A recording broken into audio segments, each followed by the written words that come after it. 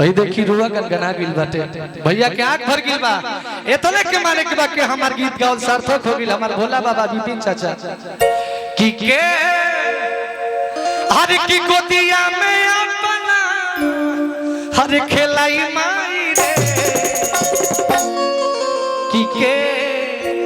हर की बेटा को ही हमारा के बुलाई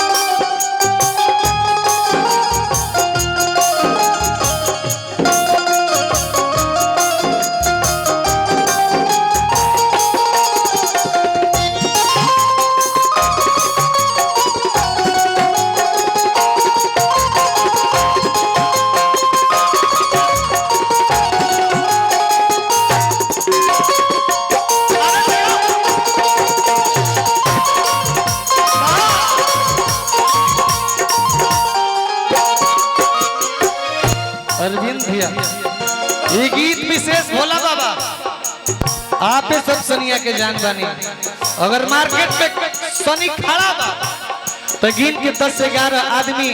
जे हमरा पर तन मन धन सब ने छावर कइले बा ओमे से एगो हमार भोला बाबा अरविंद भैया विपिन भैया रुआ सबके कोटि कोटि आभार और पूरा जनता जनार्दन के लेकिन अरविंद भैया का कहतन भैया कि तू ही बारू जनमवले पूरा दुनिया देखवले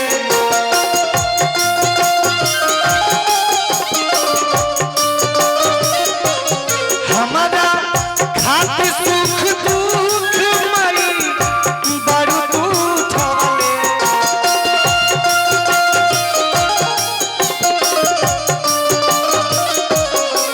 भैया कि तू ही आज की बड़ू जनमवले पूरा दुनिया देखवले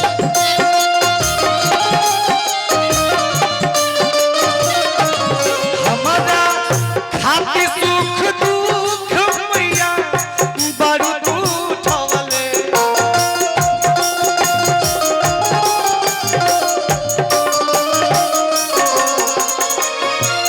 सृष्टि के सच्चाई है जो माई बाप हमनी खातिर तू उठा ली माई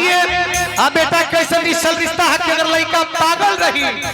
समाज ओकरा के ताना दी समाज ओकरा के ठुकराई लेकिन माई खातिर लाल हीरा रही विपिन भैया दुनिया कुछ देर खातिर बुराई सोच ली कुछ क्षण खातिर बात भी सोच ली लेकिन विपिन भैया माई एगो ऐसन भैया कि जबले सास रही तबले सोची कि हमार बेटा हमार लाल तब अरविंद भैया कहतन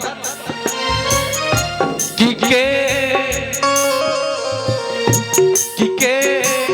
सोचियो हम रो भलाई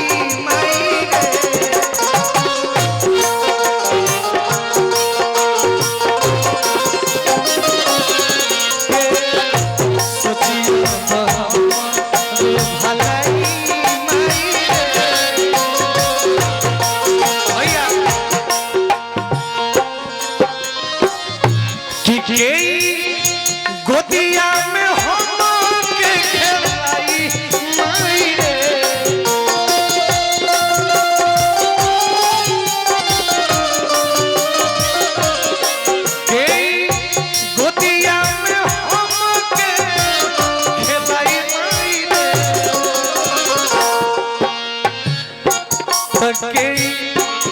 बेटा कोई हमारा के बुलाई माई रे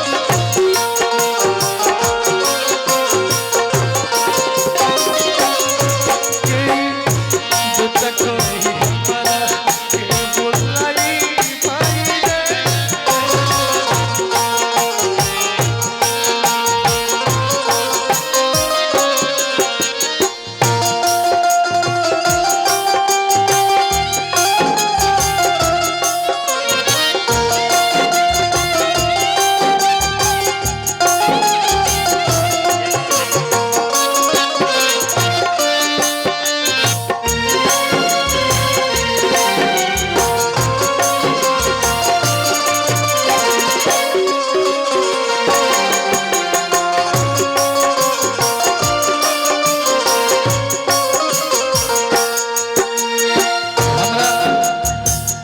दादी जी के छोटका नाती हमने के अभिमन्यु भी अध्यक्ष अध्यक्ष की ओर से भाव खोजा तनीजा ये भावुकता बतावत ताकि कोना तरीका से उन दादी और पोता के नहीं हो आप सबकी आंख से मोती झरझर लोर बहता लोर काहे ना बही लोर बहला के कारण बा विपिन चाचा कारण सुनी का कारण बा कि तहारा दूधावा के करजा भई भरले ना भराई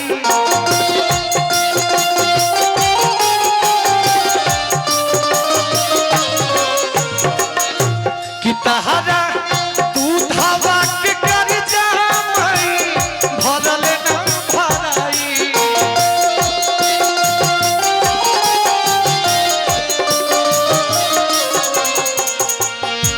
कि गुण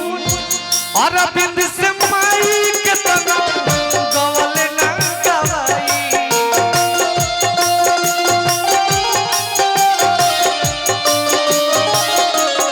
गुण दिखिया से के तना माई गवले ना गवाई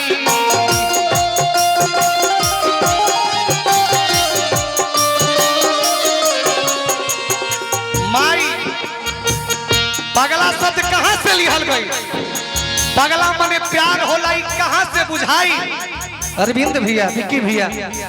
आजकल के लड़की जब खुश होता रही तो अपना बाबू सोना के पगला कहत रही ये चीज कहां से चोरौले बड़ी आज तो भोजपुरी में मैटर चोरी होता वो पगला शब्द माई के नेह से जब माई खूब खुश हो जात रहे तब अपना लाल के पगला कहत रहे अरविंद भैया लड़का वो चीज खातिर ललचाता तरसता जब के पगला कहता कि के हमारा के पगला कोई बोलाई माई रे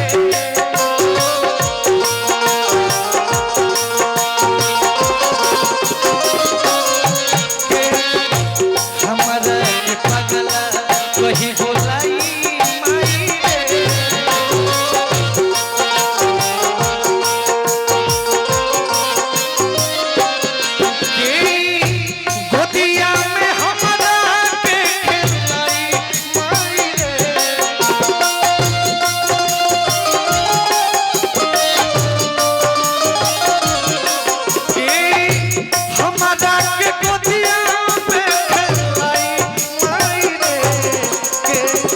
कोई हमरा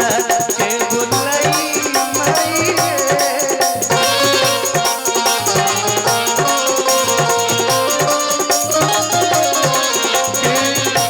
हमरा के कोई बुलाई माई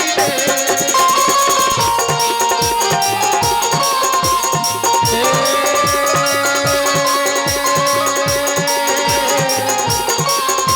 माई